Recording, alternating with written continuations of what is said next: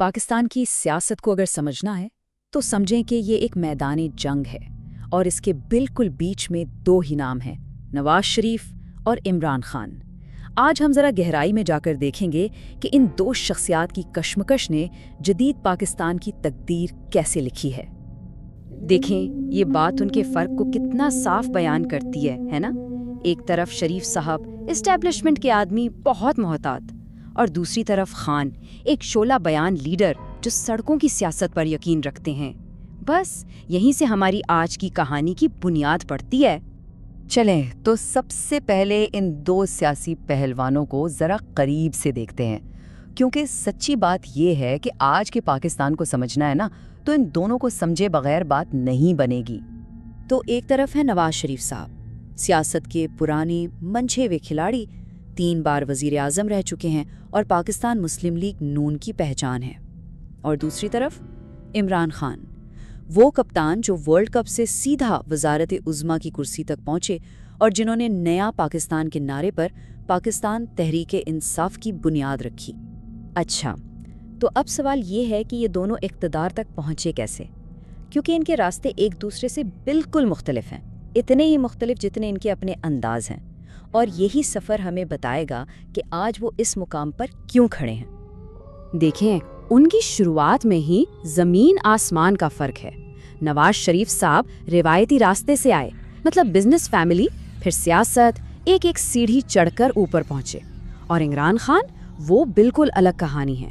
وہ ایک قومی ہیرو کے طور پر سامنے آئے، کرکٹ کی دنیا سے، پھر سماجی کاموں کے ذریعے لوگوں کے دلوں میں جگہ بنائی اور پھر سیاست میں قدم رکھا۔ اور ظاہر ہے ان کے ووٹرز بھی بالکل مختلف ہیں۔ نواز شریف کی اصل طاقت پنجاب کے دیہی علاقوں میں ہے، یعنی ان کا روایتی ووٹ بینک، جبکہ عمران خان نے شہروں میں خاص طور پر پڑھے لکھے متوسط طبقے اور نوجوانوں میں اپنی جگہ بنائی جو پرانے نظام سے تنگ آ چکے تھے۔ تو یہ ایک طرح سے پاکستان کی شہری اور دیہی تقسیم کی بھی کہانی ہے۔ تو اب بات کرتے ہیں اصل تصادم کی، یعنی ان کے نظریات، ان کا حکومت چلانے کا طریقہ اور پاکستان کے مستقبل کے لیے ان کے بالکل الگ الگ ویژن۔ یہاں آپ دیکھیں گے کہ ان کے ویژن بالکل ایک دوسرے کے الٹ ہیں۔ خارجہ پالیسی کو ہی لے لیں، شریف صاحب کا زور سفارتکاری اور استحکام پر تھا، جبکہ خان صاحب خود مختاری اور ایک زیادہ جارحانہ انداز کی بات کرتے تھے۔ حکومت چلانے میں شریف صاحب کی پہچان تھے بڑے بڑے انفراسٹرکچر پروجیکٹس جیسے موٹر ویز، تو دوسری طرف خان صاحب کا فوکس کرپشن کے خاتمے اور سماجی بہبود پر تھا۔ اور جب بات ساکھ کی آتی ہے تو شریف صاحب کو ایک تجربہ کار سیاستدان تو سمجھا جاتا ہے، لیکن کرپشن کے الزامات ہمیشہ ساتھ رہے۔ خان صاحب ایک ریفارمر کے طور پر آئے، لیکن ان کے دور میں معیشت اور خارجہ پالیسی کے مسائل سر اٹھاتے رہے۔ عمران خان کا نیا پاکستان کا جو نعرہ تھا، وہ اصل میں ان کے حامیوں کے لیے ایک نئی امید کی طرح تھا۔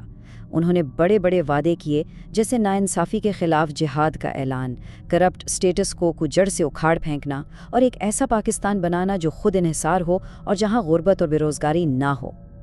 لیکن ٹھہریں، پاکستان کی سیاست کی کہانی صرف ان دو رہنماؤں کے گرد نہیں گھومتی۔ یہاں ایک تیسرا کھلاڑی بھی ہے جو اکثر سب سے زیادہ طاقتور ثابت ہوتا ہے، ایک ایسی قوت جس کا سویلین حکومتوں پر بہت گہرا اثر ہوتا ہے۔ تو سوال یہ اٹھتا ہے کہ آخر یہ تیسرا اور سب سے طاقتور کھلاڑی ہے کون؟ اور جواب ہے اسٹیبلشمنٹ۔ پاکستان میں جب بھی یہ لفظ استعمال ہوتا ہے تو اس کا مطلب ہوتا ہے طاقتور فوج اور اس سے جڑی انٹیلیجنس ایجنسیاں۔ یہ وہ قوت ہے جس نے سچ پوچھیں تو تاریخ میں ہمیشہ پاکستان کی سیاست کا رخ متعین کیا ہے۔ اور 2018 میں یہی ہوا کہ اسٹیبلشمنٹ نے عمران خان کی حمایت کی۔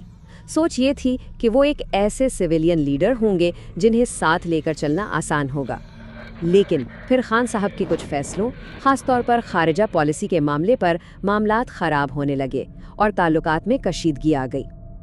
اور اس کشیدگی کا نتیجہ کیا نکلا؟ 2022 میں عمران خان کی حکومت کا خاتمہ، اور یہ سب کچھ اتنی تیزی سے ہوا کہ سب دیکھتے رہ گئے۔ دیکھیں، 8 مارچ کو اپوزیشن نے عدم اعتماد کی تحریک جمع کرائی، 3 اپریل کو ڈپٹی اسپیکر نے اسے مسترد کر دیا، جس سے ایک بڑا آئینی بحران کھڑا ہو گیا۔ پھر سپریم کورٹ میدان میں آئی اور آخرکار 10 اپریل کو وہ ہوا جو پاکستان کی تاریخ میں پہلے کبھی نہیں ہوا تھا، ایک وزیر اعظم کو عدم اعتماد کے ووٹ کے ذریعے ہٹا دیا گیا۔ خان صاحب کی حکومت ختم ہونے کے بعد پاکستان ایک ایسے ہنگامہ خیز اور غیر یقینی دور میں داخل ہوا جس کے جھٹکے آج تک محسوس کیے جا رہے ہیں۔ اس کے بعد تو جیسے عمران خان پر مقدمات کی بارش ہو گئی۔